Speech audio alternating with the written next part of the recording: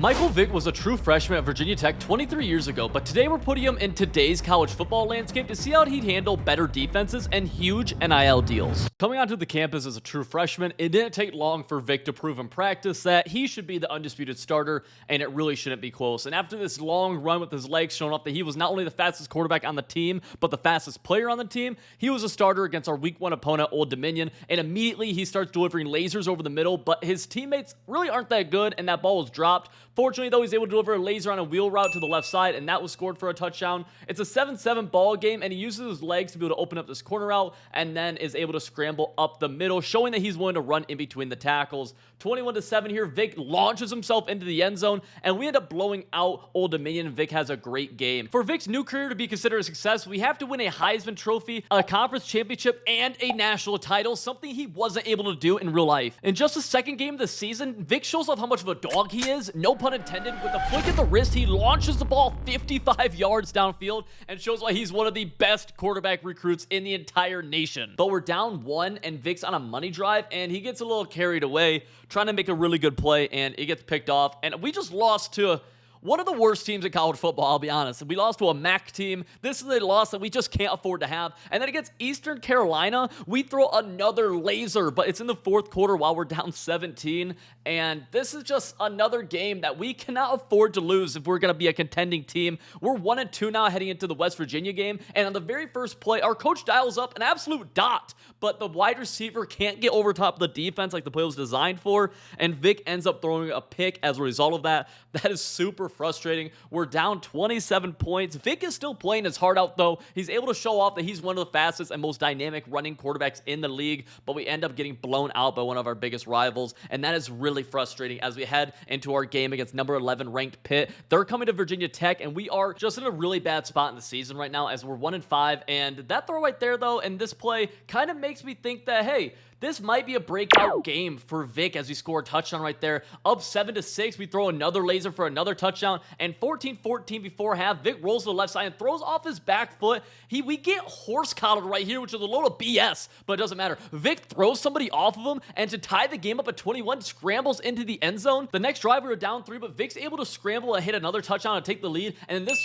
throw right here is able to put the icing on the cake for the W. We had 425 total yards and 6 tutties. The following week, we traveled up to Boston College, and it was an absolute whiteout here, but Vick he wasn't fazed by this at all. He's delivering laser after laser, and down 3 points, he's able to deliver the game-winning touchdown, proving that he should be in the Heisman conversation. Against the University of Miami, though, we're down 8 in the fourth quarter. Vick is able to cut that down, but they answered right back. We're down 9 now. Vick, again, throwing absolute beams, but his receiver fumbles it.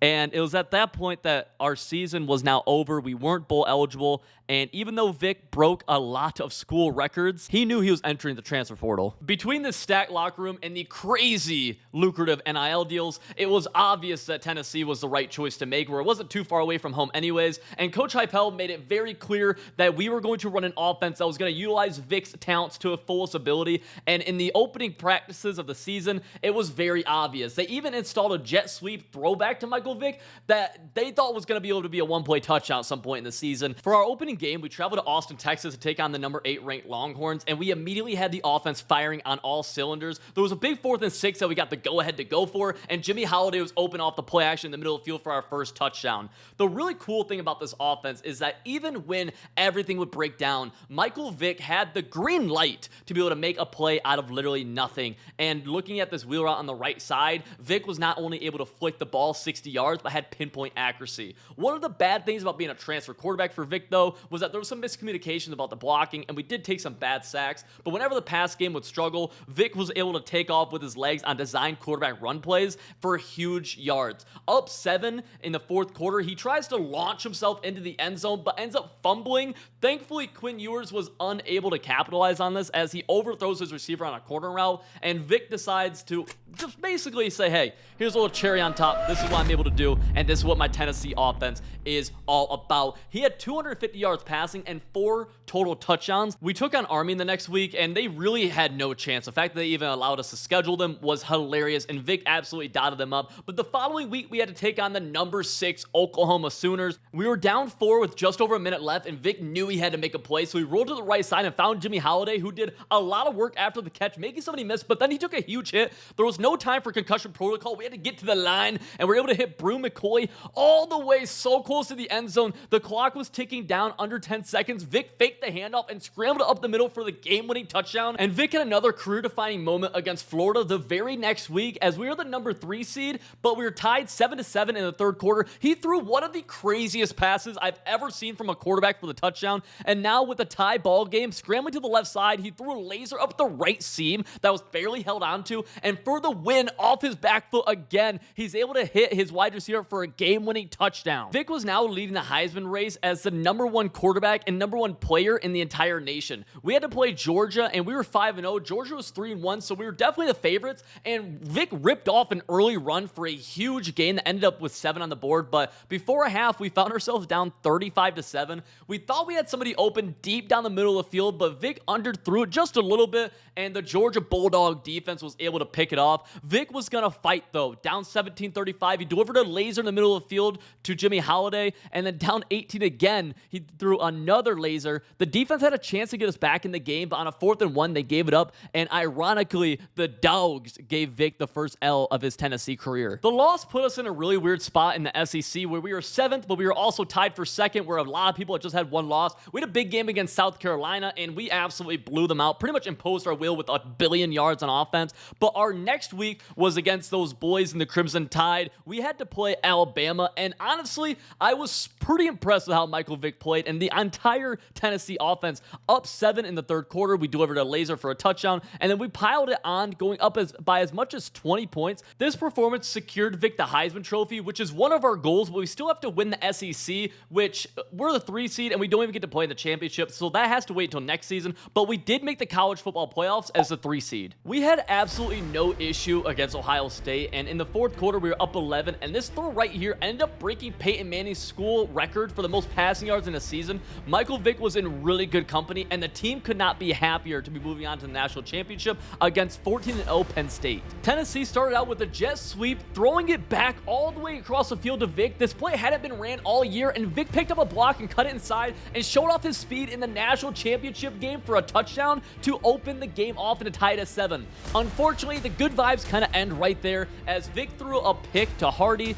and then in overtime, Penn State took a 3-point lead. Vick had an opportunity right here to score a touchdown and to win a national championship for Tennessee and for himself. He fakes the read option and then goes for the pitch, and it fumbles. They played great defense, and we lost. The dream season for Vick was now over, and while he broke a ton of school records, a lot of his teammates were either graduating or declaring for the draft, and there was no guarantee they'd make it to the Natty next year. The junior year for Michael Vick was an absolute blur, as all he was focusing on was getting back to the national championship. He was down a lot to Oklahoma, but they could not stave off a comeback, and he kept delivering dot after dot in the fourth quarter. They were down 9 right here. He was able to get into the end zone, and when the defense got him the ball back down just 2 points, he was able to not only get his team into field goal range, but deliver one of the hottest dots to the back right corner of the end zone. He had nearly 400 yards in the season opener, and against the Bulldogs, he was able to get revenge for the loss of last year. They were 10-1 heading into the final SEC game against Kentucky. All they had to do was come away with the W, but Vick was down 3 in the fourth quarter with just under 20 seconds to go. He delivered back-to-back out route dots, and with 15 seconds left, he found another out route in the corner of the end zone for a touchdown that sent them into the SEC championship game against those old boys in the Crimson Tide again, Alabama. If we lost, the national championship would be out of the question, and thankfully, Vick was able to score a touchdown with a little bit over 2 minutes left to give us the lead, and Alabama threw a Hail Mary at the buzzer that looked like it was honestly going to get caught, but instead, we were able to catch it. We got called for a safety, but it didn't really matter. We still won, and we were able to hold up that SEC championship trophy. Vick finished second in the Heisman runnings, but we did win a conference championship, which was one of our goals, and we were back in the college playoffs as the 4th seed against Texas. We were looking to close the door in the fourth quarter when we were up 3, and Chase Nimrod was able to get open up the left sideline, and then Vick makes a perfect read on the option. Vick again delivers a laser to the left side. It's game over. We won the Orange Bowl, and now we were going to the national championship to get redemption redemption, but this time it was against USC. We both had extremely good offenses, but to prove we were willing to do whatever it takes, we went to a fan favorite play that we started the last national championship off with that throwback screen to Michael Vick. This time though, it didn't end in a touchdown, but it was a cool little 15-yard gain to start the national championship off. But the very next play, Vick coughs the ball up, and they end up taking it back for an easy fumble 6. We were down 7 in the second half, and this one-handed catch and the broken tackle kind of bailed us out when we were getting into a bad spot to tie the game up. And 21-24, now down 3. We had a read option call. They went for the halfback, and we were able to scramble for 11 yards. This is a career-defining drive for Michael Vick. If he's unable to score, he's going to go down as a choke artist. There's 18 seconds left. He's looking for something, but the pocket collapses, and he has to throw the ball away right here. And the USC defense is already celebrating a stop. They haven't even gotten yet. On 3rd and 7, we find an out route on the left side for the first down to move the chains. With the game on the line, Michael Vick drops back. Nothing's open, so he has to roll to the left side. He scrambles. He launches himself into the end zone, and they count it as a touchdown. He held onto the ball,